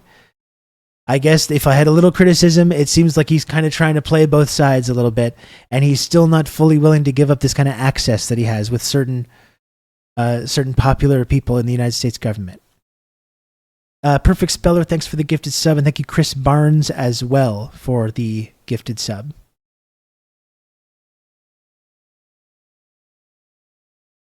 Very cool. Now 32% of the way through level 3 of this hype train. We're still going. All his takes on the DPRK are absolutely atrocious. Zero material analysis. I think there's a little bit of an audience capture thing that happens with that. Because when he goes too tanky, people get really mad. His community gets really mad. And I think that, I think that has an impact on the kind of things that he talks about.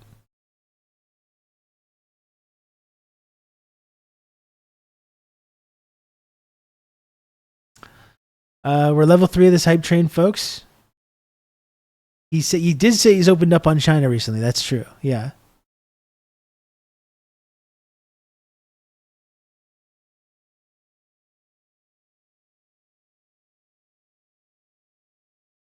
I also think he's rude to his community, but whatever. Well, I don't know. If I streamed every single day for 12 hours a day, I'd probably have a fucked up, angry relationship with most of you as well. I'm going to be honest with you.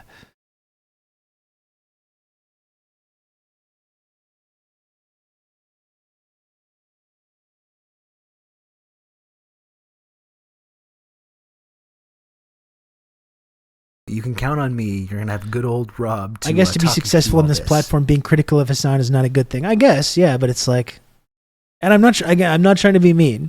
Hassan's someone I do have a ton of respect for him. I've talked to him many times. Not really so much since he became a kind of a big celebrity, but anyways, still though, I've talked to him many times. I think he's a good guy, and I think a lot of what he does is genuinely pretty important. Weenus, thank you for another gifted sub. Oh my goodness. Weenus. Crushing it. We're halfway to the goal, folks. Does anyone else want to subscribe to this program? I'm really not trying to be mean or start shit with anybody. I don't really like engaging in that kind of thing. I guess it just made me think, it's looking at the AOC speech and this photo op she just did, and the fact that he still seems really reluctant to kind of like sever that connection. I think that's worthy of a kind of criticism, That's all. It's a comradely little criticism. That's all it is.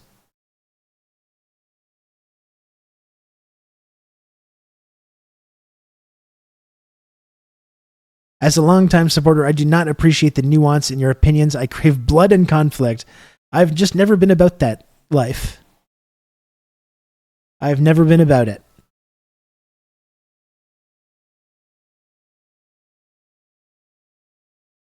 Okay, I'm a nice guy.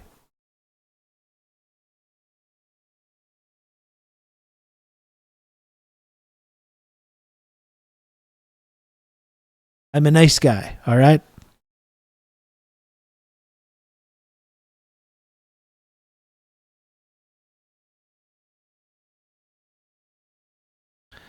The nice guy Rob shtick never gets old. No one has a bad thing to say about me. No one at all.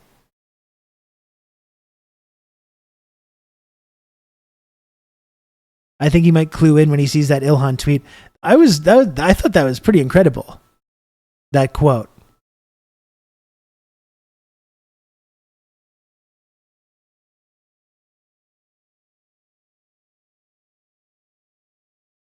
Should be ashamed of themselves, she says. Crazy.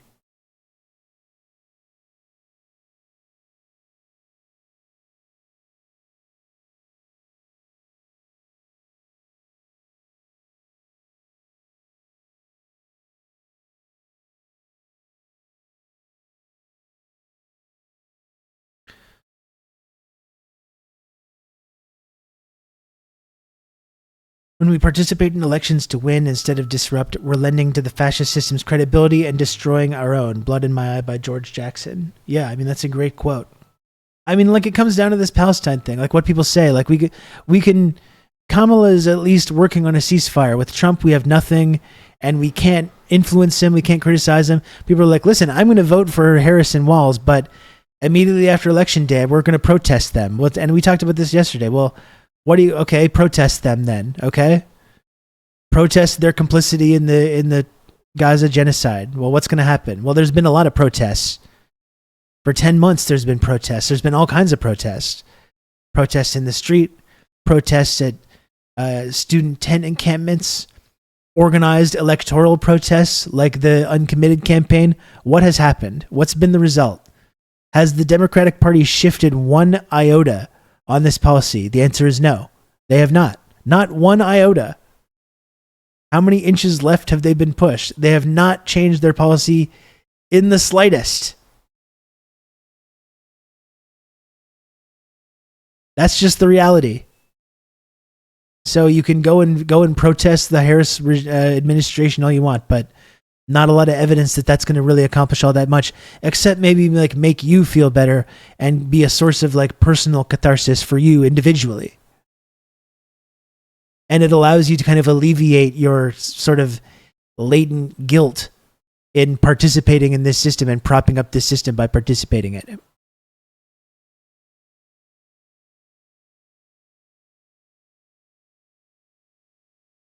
How many inches is an iota? I think it's like it's less than an inch. I think an iota is like it's like infinitesimal.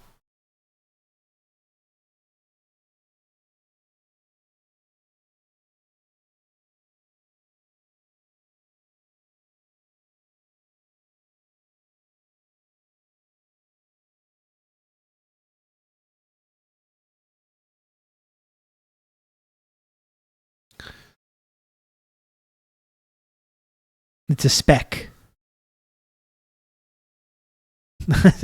Venus, I don't know if I can say that word in French. Infinitesimal. No, I'm not doing it. I'm not even trying it.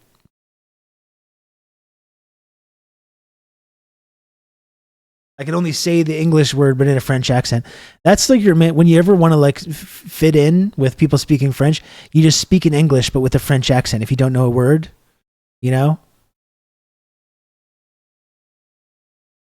J'ai besoin de citer sur mon sofa. You know? That kind of thing. Infinitesimal. C'est très petit. C'est trop petit. C'est infinitesimal. You know? I don't know. It's a good spy tip, exactly. I want to go to the hotel. Hamburger. S'il vous plaît, me donnez un hamburger.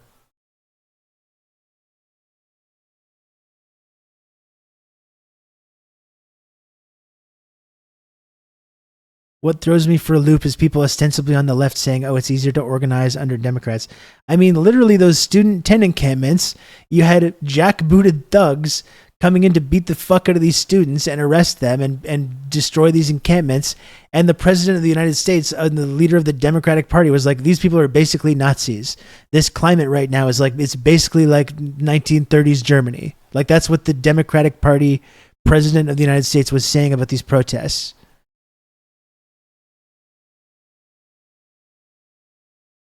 Oh, it's easier to organize under Democrats. Like we talked about with the George Floyd protests. Oh yeah, there was those George Floyd protests, which were organized under Trump. And then the Democrats win after kind of trying to cater to some of these needs or these views. And then they give more money to cops, and cops are killing more people than ever before. Political violence will not stand, man. Translator says it's just infinitesimal, so Rob's rule fits. There, see, sometimes it works. We all learned something. We all learned something here today, chat. Didn't Walz specifically crack down on protests? Yeah, he called in the National Guard on those protests.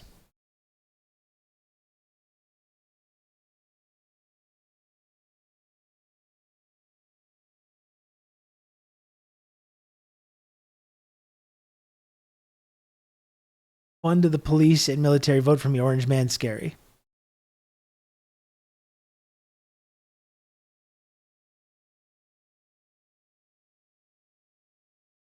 Walz says his one regret was not calling the National Guard sooner. And listen, like if you want to be super generous, obviously the governor is of Minnesota is not going to, when people start burning down police precincts, is not going to just be like, yeah, this is good, fuck the police. You know?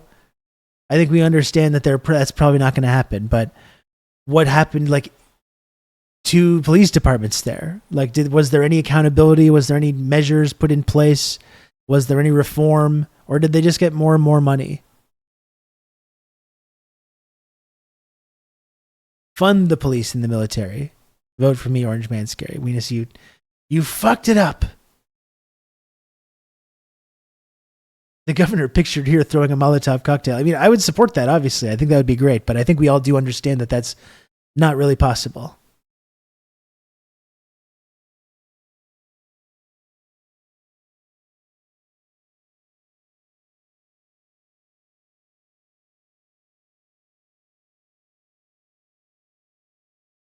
Why be generous? Is that helpful? Well, I don't know if it's helpful, but I guess I'm just saying that, like, I understand that, like, mainstream Democratic Party politicians aren't going to, like, start chucking Molotov cocktails at cop cars.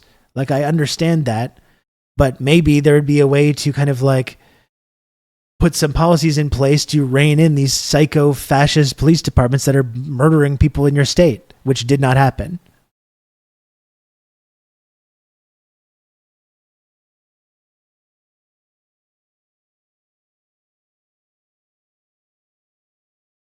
I agree that they should.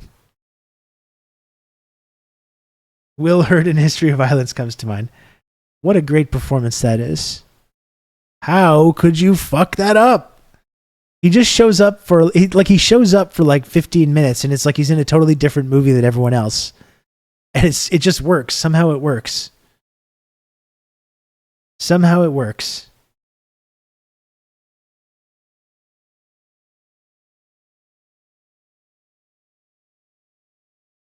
How could you fuck that up? He's so great. Oh my gosh.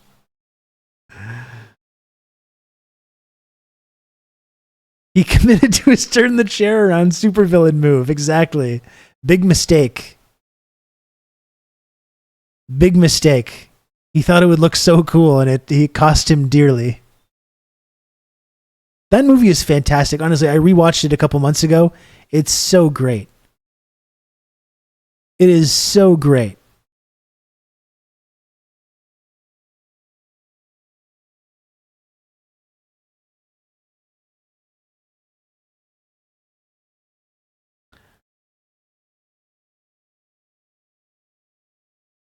I would love to see the day that these shit politicians put aside their career aspirations and actually fight for and with the people they claim to represent.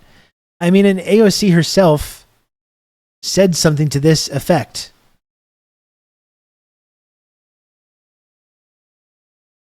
Years ago. Let me see if I can find it.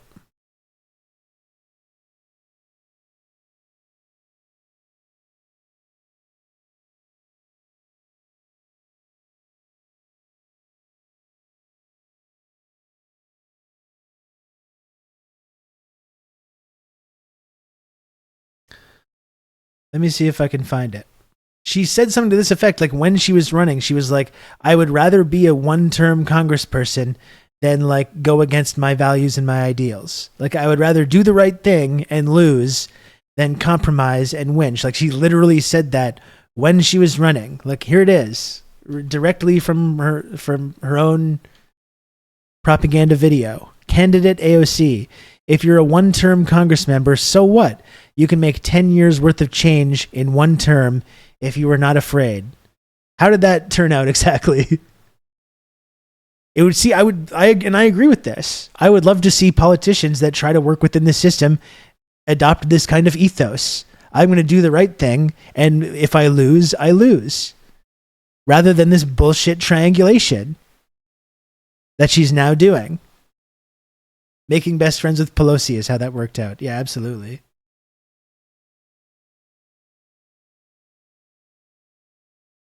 AOC was a staffer before running. She knows how this shit works. She's getting ready to be Mama Bear. No, she was just a humble bartender.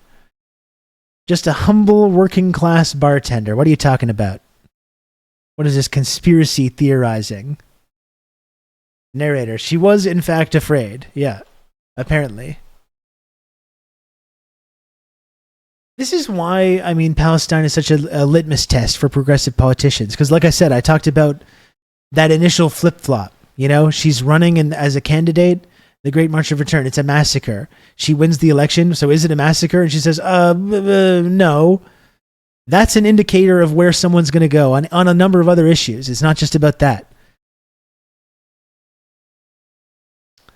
But when someone backtracks like that on Palestine, especially, they show you exactly what their values are. No, there's nothing else they won't backtrack on.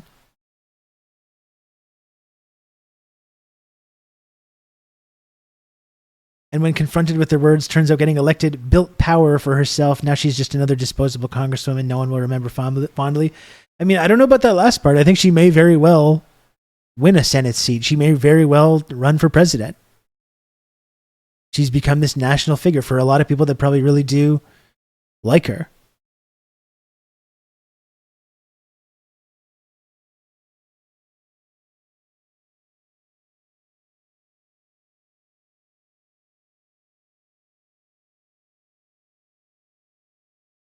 Look how the libs support Kamala. They won't think twice about supporting AOC. They were all chanting her name at the DNC. They loved it. They love her now.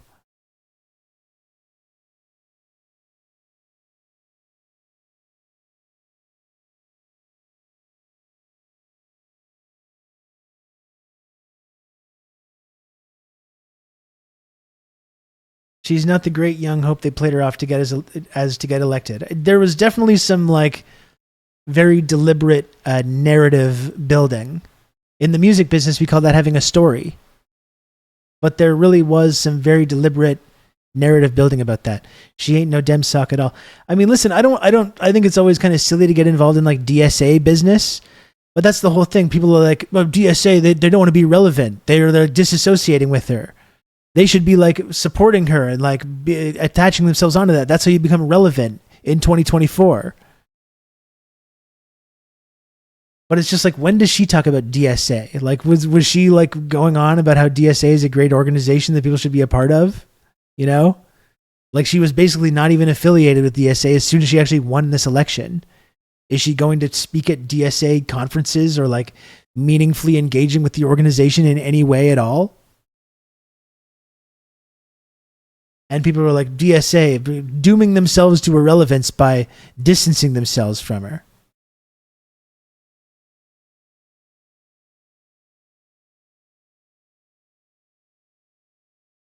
The DSA isn't totally united, but the leadership was silly to ever put energy into her with no yoke to keep her in line. I mean, any politician that runs in this system, you know? There needs to be like, if for any kind of like socialist organization like that, that's going to like run candidates, like actually run or endorse candidates, there has to be a method to like make sure you keep them in line, especially about these kinds of issues. And when they step out of line on this issue or any other issue, you fucking yank the chain or you unendorse or you say goodbye.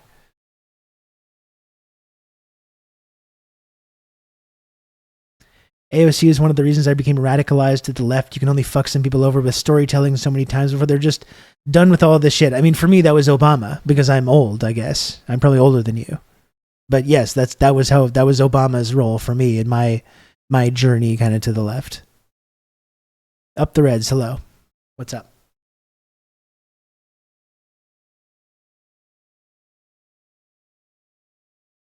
What's clear is that you either keep these people on a short leash or you don't play the game of politics. Well, yeah, it's just like you're not going to be relevant. Well, if being relevant means like supporting genocide, then like, is that what people want? Is that a victory? Is that some kind of victory for socialism? If you abandon whatever fucking principles you have to fully support and endorse these like genocidal war criminals? Yeah, being relevant to who and for what end? Exactly.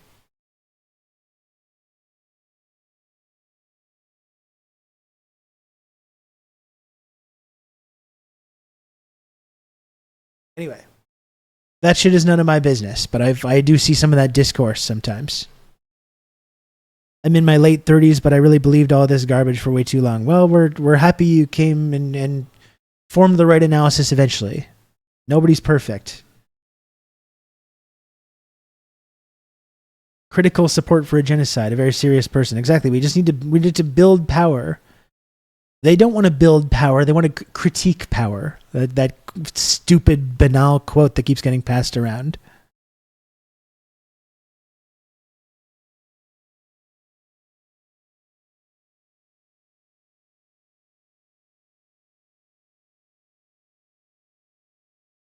I ran into that today. I run into it every day. It's the same question we ask all the time. What does it mean to build power? What does that mean? What does that mean, actually?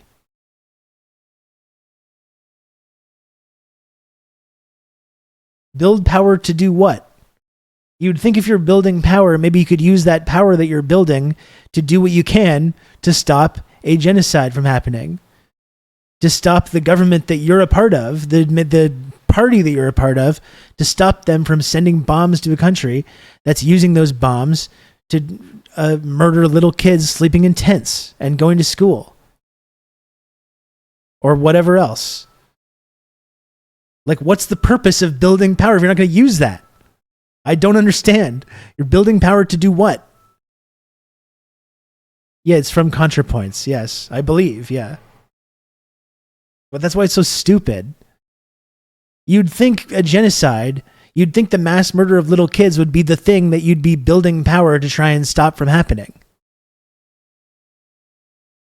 You know? Maybe if you're building power, you should use that power to stop your own fucking friends in the party from butchering little children.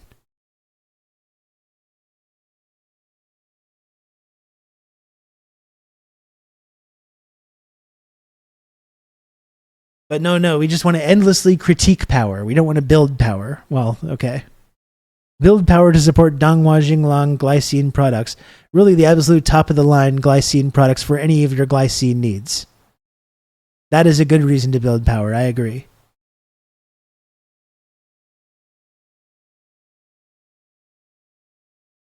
Building power should certainly not be currying favor with a subset of the corporate elite that has a soft spot for your political aesthetic.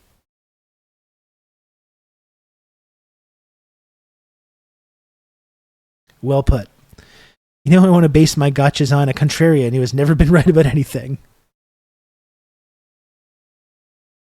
And when it comes to ContraPoints, also don't look into her previous takes about like Islam and Muslims and all this stuff.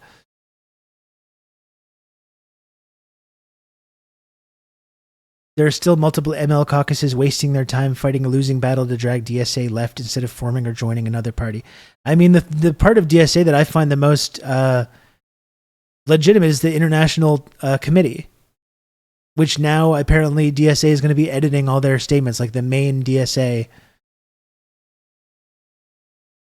leadership is going to be like reviewing all those like international committee statements. So they'll stop pissing people off about China or Ukraine or Taiwan or Gaza or whatever it is. I mean, Natalie fell off from me when I saw her in that Hillary Clinton show. And then I saw her a couple of weeks ago being like, can't remember what the context was, but saying like, and don't post that Hillary Clinton image. It's not relevant. And it's like, it is kind of relevant, I think, when you hang out with these politicians and support them and use your platform to promote their ideas.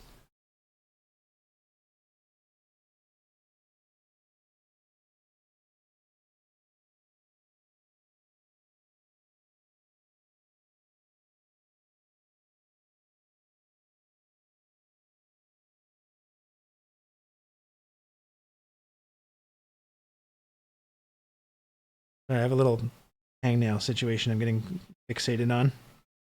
Me?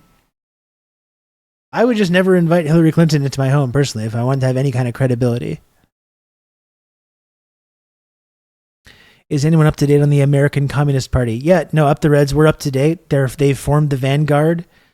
They've all, they started using a bunch of slurs to win over the American working class, which has been successful. And they're on the verge of overthrowing the United States government any day now. So we should just be watching out for when that happens.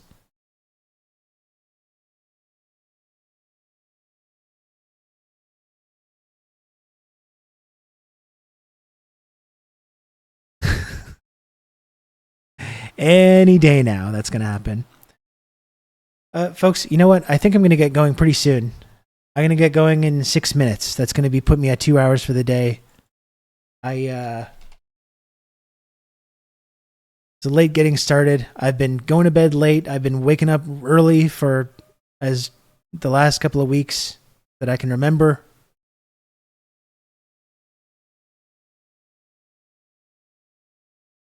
If you can, before I go, please support the show. If possible. Kijiji's putting the link right in the chat. Putting the link right in the chat. If you want to send a tip, I really appreciate the tips right now. You can also subscribe. You can gift subs. You can gift bits. Whatever it is, It's all very, very helpful. I'm going to go in a couple minutes. One final call to action to please, if you can, help me make this little number at the bottom of the screen go up. Every single day of my life revolves around this little number at the bottom of the screen and trying to make it go up. So if possible, please do subscribe. Help me make the little number at the bottom of the screen go up. If I just poke it, sometimes I feel if I just poke the number, something will happen.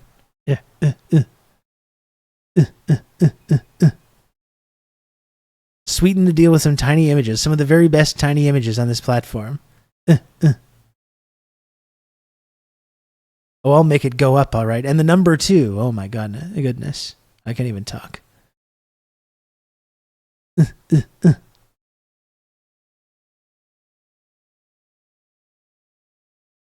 What was your crime to earn that Sisyphean punishment? I don't even know. I don't know what I did to deserve any of this, frankly. I wish I could tell you.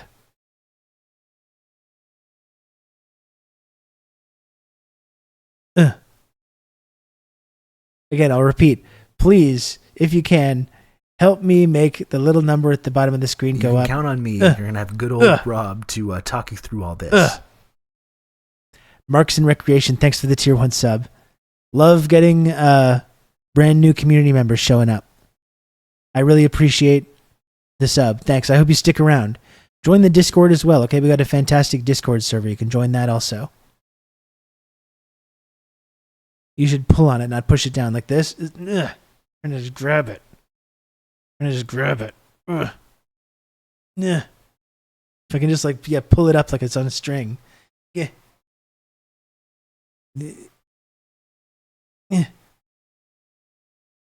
Yeah. I'm an old socialist. I barely made it to Twitch. Tell me about it. I was like, I think I'll do an election stream in 2020, and now it's 4 years later, and I'm like, I'm still here. I'm still here 4 years later, just talking about the number.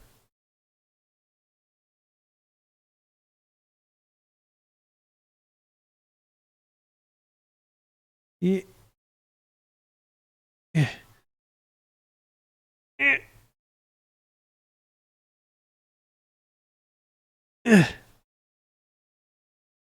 I'm doing it wrong, I guess so. The Twitch machine swallows Rob whole, as it does all of us. But I mean, listen, you're the jokers that keep showing up here day after day, so what does that say about you? How about that? What does that say about you? I'm not stuck in here with you, you're stuck in here with me.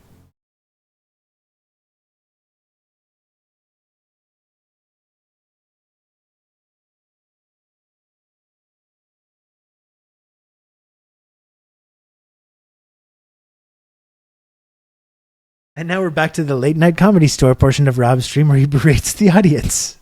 You know you love it. You know you love it, chat. Don't tell me you don't love it. You like being berated, don't you? You little piggies.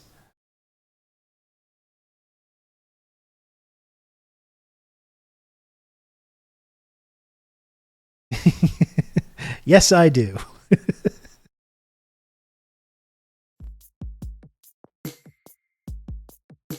You'd think if I had that kind of command, though, I could make the number go up, but sometimes it just doesn't happen. Sometimes it just doesn't happen for me.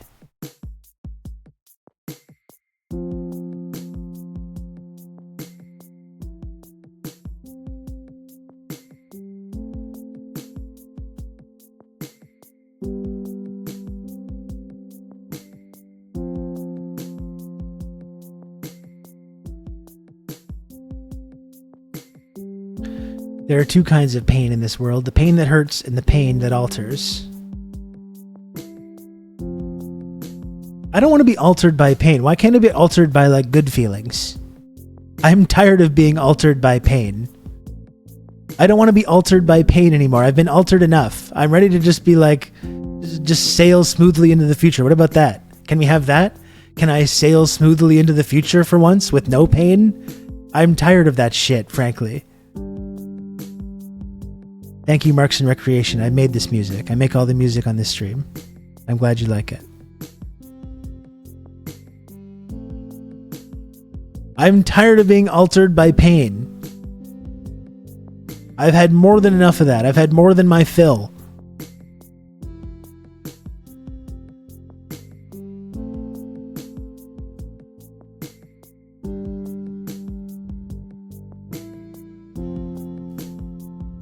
Jesus.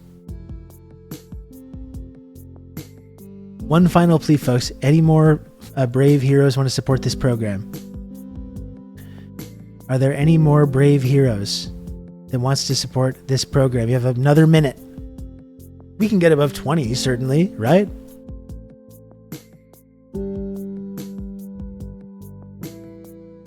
Surely we can get above 20. That's nothing. That's barely anything.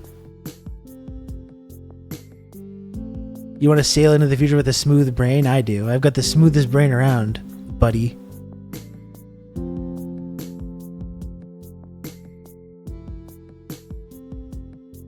No one outbrain smooths me.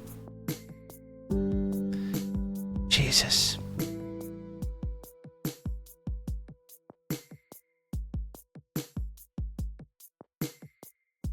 You can count on me. You're going to have good old Rob to Man, talk Venus, I you really through all appreciate this. the support today. Venus, you really fucking bailed me out today, frankly, and I really, really appreciate it.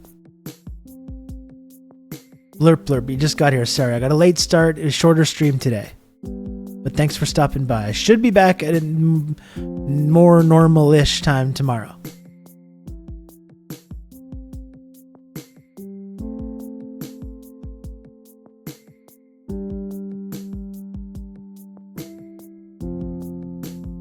You demand, though. Well, no, I think you demand, actually.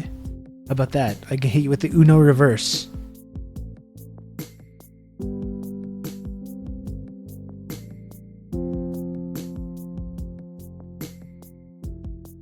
They demand. Goodbye.